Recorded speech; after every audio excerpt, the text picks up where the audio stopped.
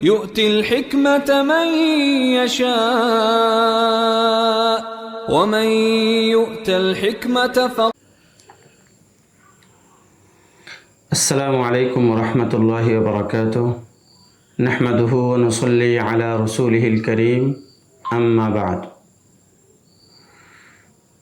আজকের দরসে আমরা আলোচনা করব হুজ্জিয়তে হাদিস বা ফিতনায়ে ইনকারে হাদিস সম্পর্কে।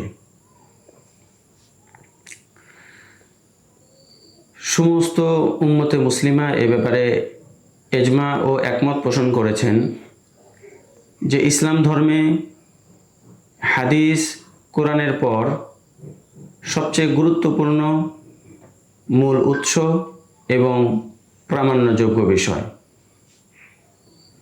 তবে বিংশ শতাব্দীর সূচনা লগ্নে যখন মুসলিম জাতির উপর পশ্চিমা জাতিগোষ্ঠীর রাজনৈতিক প্রভাব বিস্তার হলো, তখন মুসলমানদের মধ্যে ইসলামী জ্ঞান শূন্য এক শ্রেণীর প্রাদুর্ভাব ঘটল, যারা পশ্চিমা কৃষ্টি কালচার, রীতিনীতি এবং দৃষ্টিভঙ্গিকে খুব ভালোবাসত, সেগুলোর ভক্ত ও আসক্ত ছিল।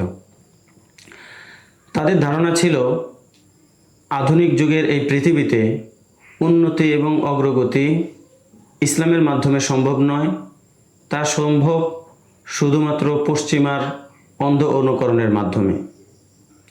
এই উদ্দেশ্যে তারা ইসলামের বিভিন্ন বিধিবিধান বিকৃত সাধন শুরু করে, কারণ এই পথে তাদের জন্য বড় অন্তরায় ছিল ইসলামের অনেক বিধিবিধান।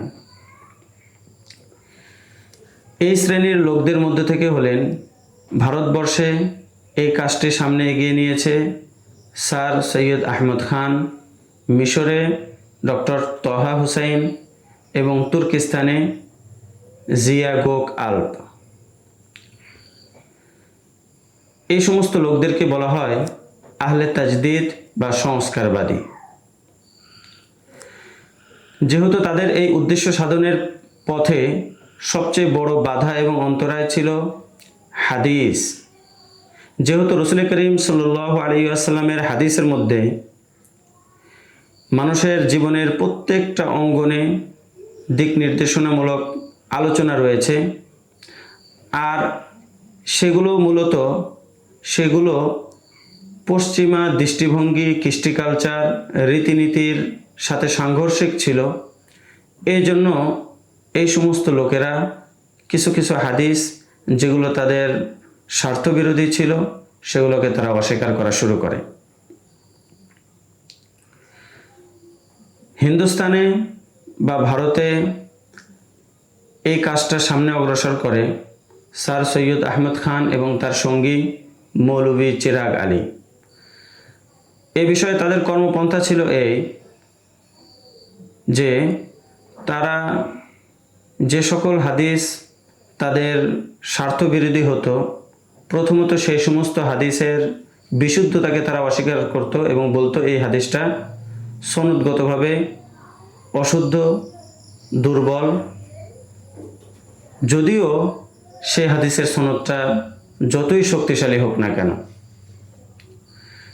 দ্বিতীয়ত তারা এও বলতো যে বর্তমানের এই আধুনিক যুগে প্রাচীনকালের রসুল করিম সাল্লাল্লাহু আলাইহি ওয়াসাল্লামের সেই হাদিসগুলো আমলযোগ্য নয়। এভাবে তারা হাদিস অস্বীকার করত। তৃতীয়ত আবার অনেক সময় তাদের স্বার্থের উপযোগী হইলে তারা আবার হাদিস দ্বারা প্রমাণও পেশ করত। এভাবেই তারা ব্যবসায় সুদকে হালাল সাব্যস্ত করেছে, রসুল করিম সাল্লাল্লাহু আলাইহি ওয়াসাল্লামের অসংখ্য মুআজিজাকে অস্বীকার করেছে এবং পর্দাকেও তারা অস্বীকার করেছে ইত্যাদি। স্যার সৈয়দ আহমদ খানের পর হাদিসকে সম্পূর্ণভাবে অস্বীকার করে বসে আরেকজন ব্যক্তি, তার নাম আবদুল্লাহ চক্রালভী। সে একেবারে সমস্ত হাদিসকে অস্বীকার করে। তারপরে আসে আসলাম জয়রাজপুরী, সে এই মতবাদটিকে আরও সুবিন্যস্ত রূপে জনসম্মুখে নিয়ে আসে এবং তারপর গোলাম আহমদ পারভেজ সে এই মতবাদটিকে আরও বেশি সুবিন্যস্ত করে গবেষণা আকারে মানুষের সামনে প্রকাশ করে। তার লেখার মধ্যে এক ধরনের জাদুময়তা ছিল যা সাধারণ যুব সমাজকে খুব বেশি আকর্ষিত করত। তো গোলাম আহমদ পারভেজের যুগেই হাদিস অস্বীকারের ফিতনাটা সবচেয়ে বেশি প্রকাশিত হয়, সবচেয়ে বেশি প্রচারিত হয়। এই দরসে আমরা জানতে পারলাম ফিতনায়ে ইনকারে হাদিস বা হাদিস অস্বীকারের ইতিবৃত্ত। পরের দরসে আমরা আলোচনা করব